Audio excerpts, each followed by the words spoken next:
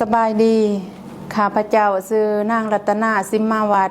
หัวหน้าของการศาลประชาชนแข้งขอถือเป็นเกียรติต่างหน้าให้ศาลประชาชนแข้งอัตตปือเพื่อแถลงข่าวการพิจารณาตัดสินคดีเกี่ยวกับการกระทำผิดส่อลาดบังหลวงของพนักงานอยู่แข้งอัตตปือซึ่งมีรายละเอียดดังรุ่มนี้ในปี 2021 หา 2024 พวกจำเลยได้ร่วมมือกันกระทำผิดโดยมีท้าวสุริไส้สุริญาไล่หรือหมูจำเลยเป็นหัวโปรโตการในการสลัดบังหลวงในจำนวนเงิน8บ่วงของแข้งอัตตปือมีเงินจำนวนทั้งหมดคือจำนวน103ตื่อ489,679,995 กีบจำนวน2,356,000 ดอลลาร์สหรัฐและ1ตื่อ500 ล้านดงซึ่งเงินดงจำนวนดังกล่าวได้ถอนและแลกเปลี่ยนเป็นเงินกีบและเงินบาทภายหลังคณะเฉพาะกิจได้เก็บกำข้อมูลแล้วเห็นว่าได้สร้างความเสียหายตัวจริงให้แก่แข้งอัตตปือเป็นจำนวนเงิน51ตื่อ900 กว่าล้านกีบจำนวน 2,316,000 ดอลลาร์สหรัฐและจำนวน 60,000 บาทภายหลังได้รับคำสั่งฟ้องของหัวหน้าองค์การอัยการประชาชนแข้งอัตตปือคณะศาลอาญาของศาลประชาชนแข้งอัตตปือได้ค้นคว้าบรรดาข้อมูลหลักฐานต่างๆอย่างหอบด้านและในวันที่30 กรกฎาคม 2026 เวลา 8:00 น.ที่ห้องประชุมศาลของศาลประชาชนแข้งอัตตปือได้เปิดประชุมศาลเพื่อพิจารณาตัดสินคดีอาญาเลขที่59/คตอลงวันที่17 มิถุนายน 2026ตามคำตัดสินเลขที่90/คตอลงวันที่30 กรกฎาคม 2026เกี่ยวกับการกระทำผิดของพนักงานอยู่แข้งอัตตปือในข้อหาการสลัดบังหลวงในนี้มีจำเลยทั้งหมด15 คนยิ่ง4 คนคือ1ท้าวสุริจันทร์พรแก้วจำเลย1อายุ53 ปีอาชีพพนักงานอดีตกรรมการพรรคแข้งหัวหน้าห้องว่าการแข้งอัตตปือปัจจุบันอยู่บ้านไส้สีเมืองไส้เศรษฐาแข้งอัตตปือ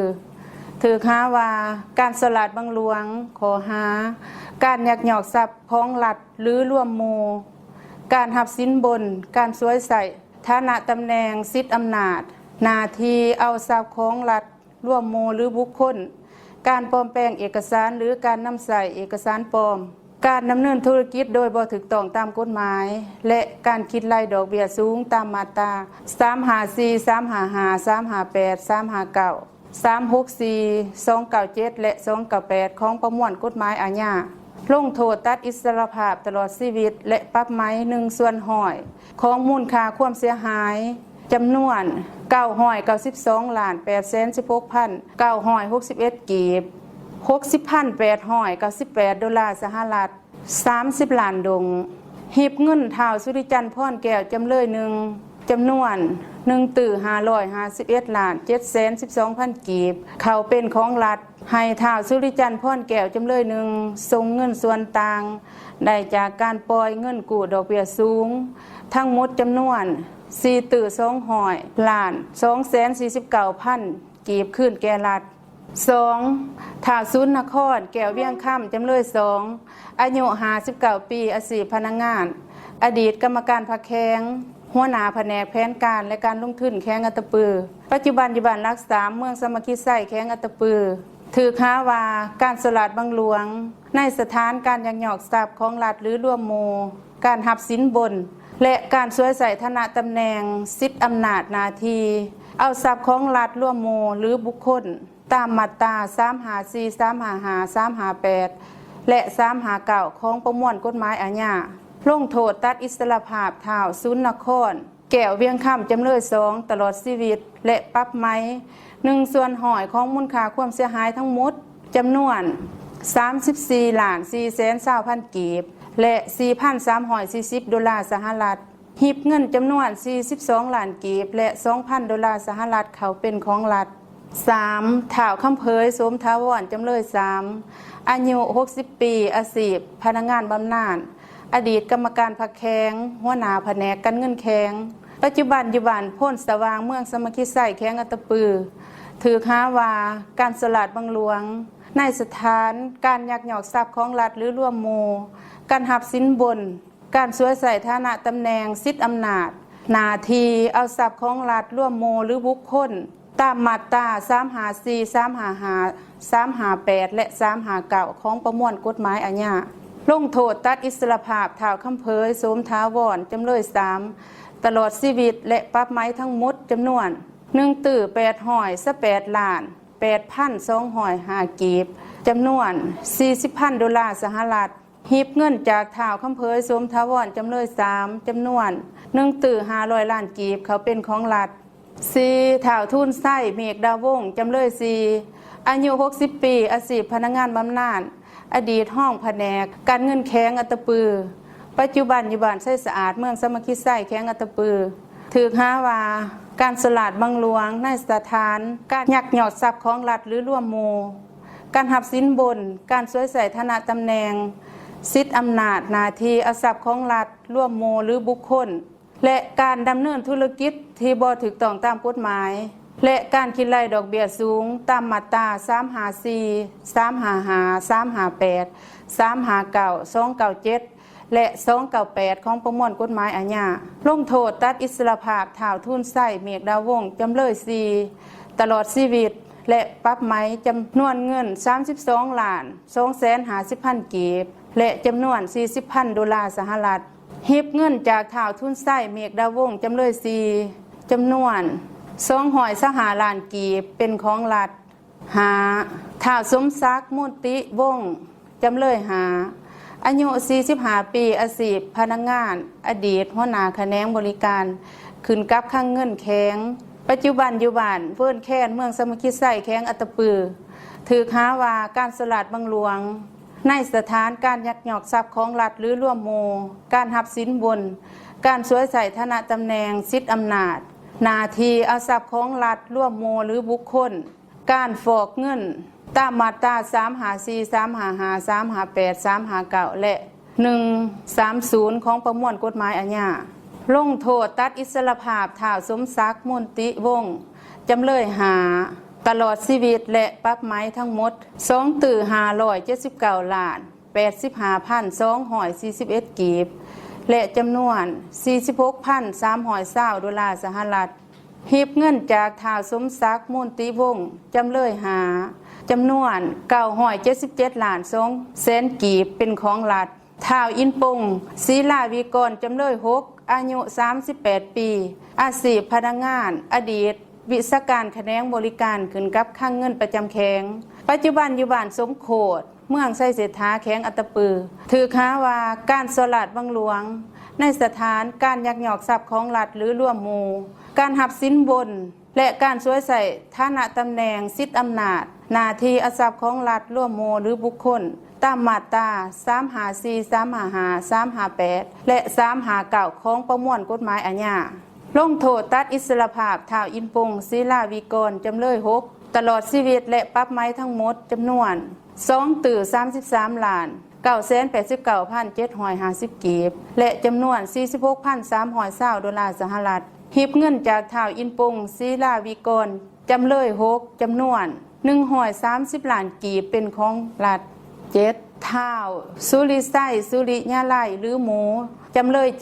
อายุ37 ปีอาชีพพนักงานอดีตห้องแขนงคนขัวสังร่วมขึ้นกับห้องว่าการแข็งปัจจุบันอยู่บ้านรักษาเมืองสมคิดไส้แข็งอัตตปือถือหาว่าการสลัดบังหลวงในสถานการยักยอกทรัพย์ของรัฐหรือร่วมโมการให้สินบนการสวยใส่ฐานะตำแหน่งสิทธิอำนาจหน้าที่เอาทรัพย์ของรัฐร่วมโมหรือบุคคลการปลอมแปลงเอกสารหรือการนำใส่เอกสารปลอมการลินการพนันที่ต้องห้ามและการฟอกเงินตามมาตรา354 355 357 359 364 141และ130ของประมวลกฎหมายอาญาลงโทษตัดอิสรภาพท้าวสุริไส้สุริญาไลจำเลย7ตลอดชีวิตและปรับไหมทั้งหมดจำนวน$459 ล้าน 996,813 ล้านกีบจำนวน$70,198 และจำนวน45 ล้านดง 8. ท้าวอุทลีสิงห์ธรรมวงศ์จำเลย 8อายุ43 ปีอาชีพพนักงานอดีตหัวหน้าแขนงบริหารขึ้นกับห้องว่าการแข็งปัจจุบันอยู่บ้านรักษาเมืองสามัคคีไส้แข็งอัตตปือถือค้าว่าการสลาดบังหลวงในสถานการยักยอกทรัพย์ของรัฐหรือร่วมหมู่การหับสินบนการช่วยใส่ฐานะตำแหน่งสิทธิอำนาจหน้าที่เอาทรัพย์ของรัฐร่วมหมู่หรือบุคคลตามมาตรา354 355 358และ359ของประมวลกฎหมายอาญาลงโทษตัดอิสรภาพท้าวอุทลีสิงห์ธรรมวงศ์จำเลย 8ทั้งหมด20 ปีและปรับไหมจำนวน1 ล้านกีบจำนวน$400สหรัฐและจำนวน30 ล้านดงหีบเงินจากท้าวอุทลีจำเลย 8จำนวน100 ล้านกีบเป็นของรัฐ9นางมณิศรเพชรวิไลจำเลย9อายุ34 ปีอาชีพพนักงานอดีตวิศการเงินแขนงบริหารขึ้นกับหอว่าการแข็งปัจจุบันอยู่บ้านสามัคคีเมืองสามัคคีไส้แข็งอัตตปือถือค้าว่าการสลาดบังหลวงในสถานการยักยอกทรัพย์ของรัฐหรือร่วมหมู่การหับสินบนการช่วยใส่ฐานะตำแหน่งสิทธิอำนาจหน้าที่เอาทรัพย์ของรัฐร่วมหมู่หรือบุคคลตามมาตรา354 355 358และ359ของประมวลกฎหมายอาญาลงโทษตัดอิสรภาพนางมณิศรเพชรวิไลจำเลยตลอดชีวิตและปรับไหมทั้งหมดจำนวน839 ล้าน 298,031 กีบจำนวน$400สหรัฐและจำนวน30 ล้านดงหีบเงินนางมณิศรเพชรวิไลจำเลยจำนวน30 ล้านกีบเป็นของรัฐ10นางนิพาพรโพธิลาภจำเลย10อายุ34 ปีอาชีพพนักงานอาสาสมัครอยู่ห้องว่าการแข็งอัตตปือปัจจุบันอยู่บ้านโพนสว่างเมืองสามัคคีไส้แข็งอัตตปือถือค้าว่าการสลาดบังหลวงในสถานการยักยอกทรัพย์ของรัฐหรือร่วมหมู่การให้สินบนการหับสินบนการช่วยใส่ฐานะตำแหน่งสิทธิอำนาจหน้าที่เอาทรัพย์ของรัฐร่วมหมู่หรือบุคคลและการฟอกเงินตามมาตรา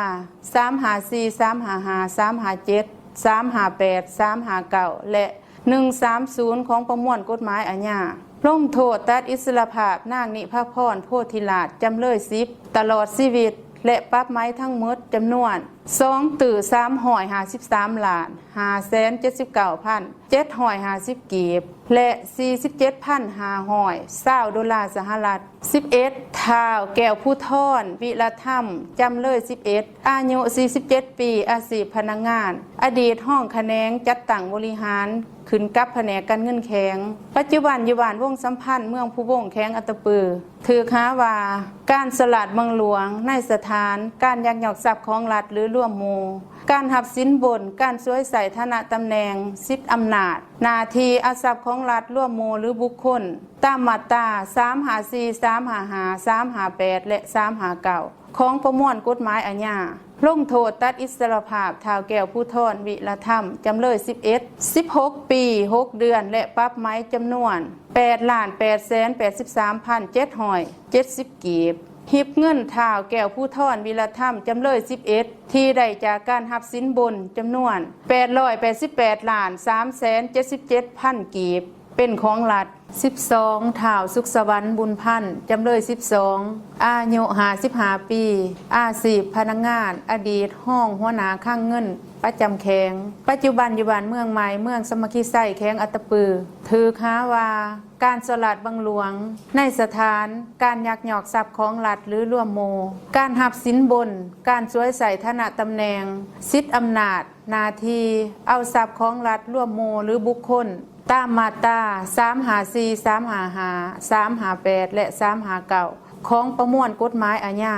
ลงโทษตัดอิสรภาพท้าวสุขสวรรค์บุญพันธ์จำเลย12 5 ปีและปรับไหมจำนวน1 ล้านกีบหีบเงินจากท้าวสุขสวรรค์บุญพันธ์จำเลย12จำนวน100 ล้านกีบเป็นของรัฐ13ท้าวพรพิรุณไส้สมบัติจำเลย13 อายุ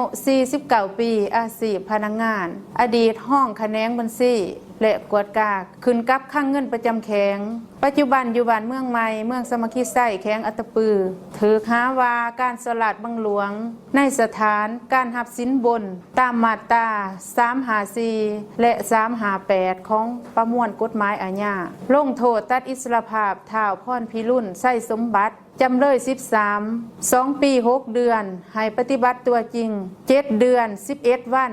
ส่วนที่เหลือฝากไว้และปรับไม้จำนวน 295,000 กีบหีบเงินจากท้าวพรพิรุณใส่สมบัติจำเลย13จำนวน29,500,000 กีบเป็นของรัฐ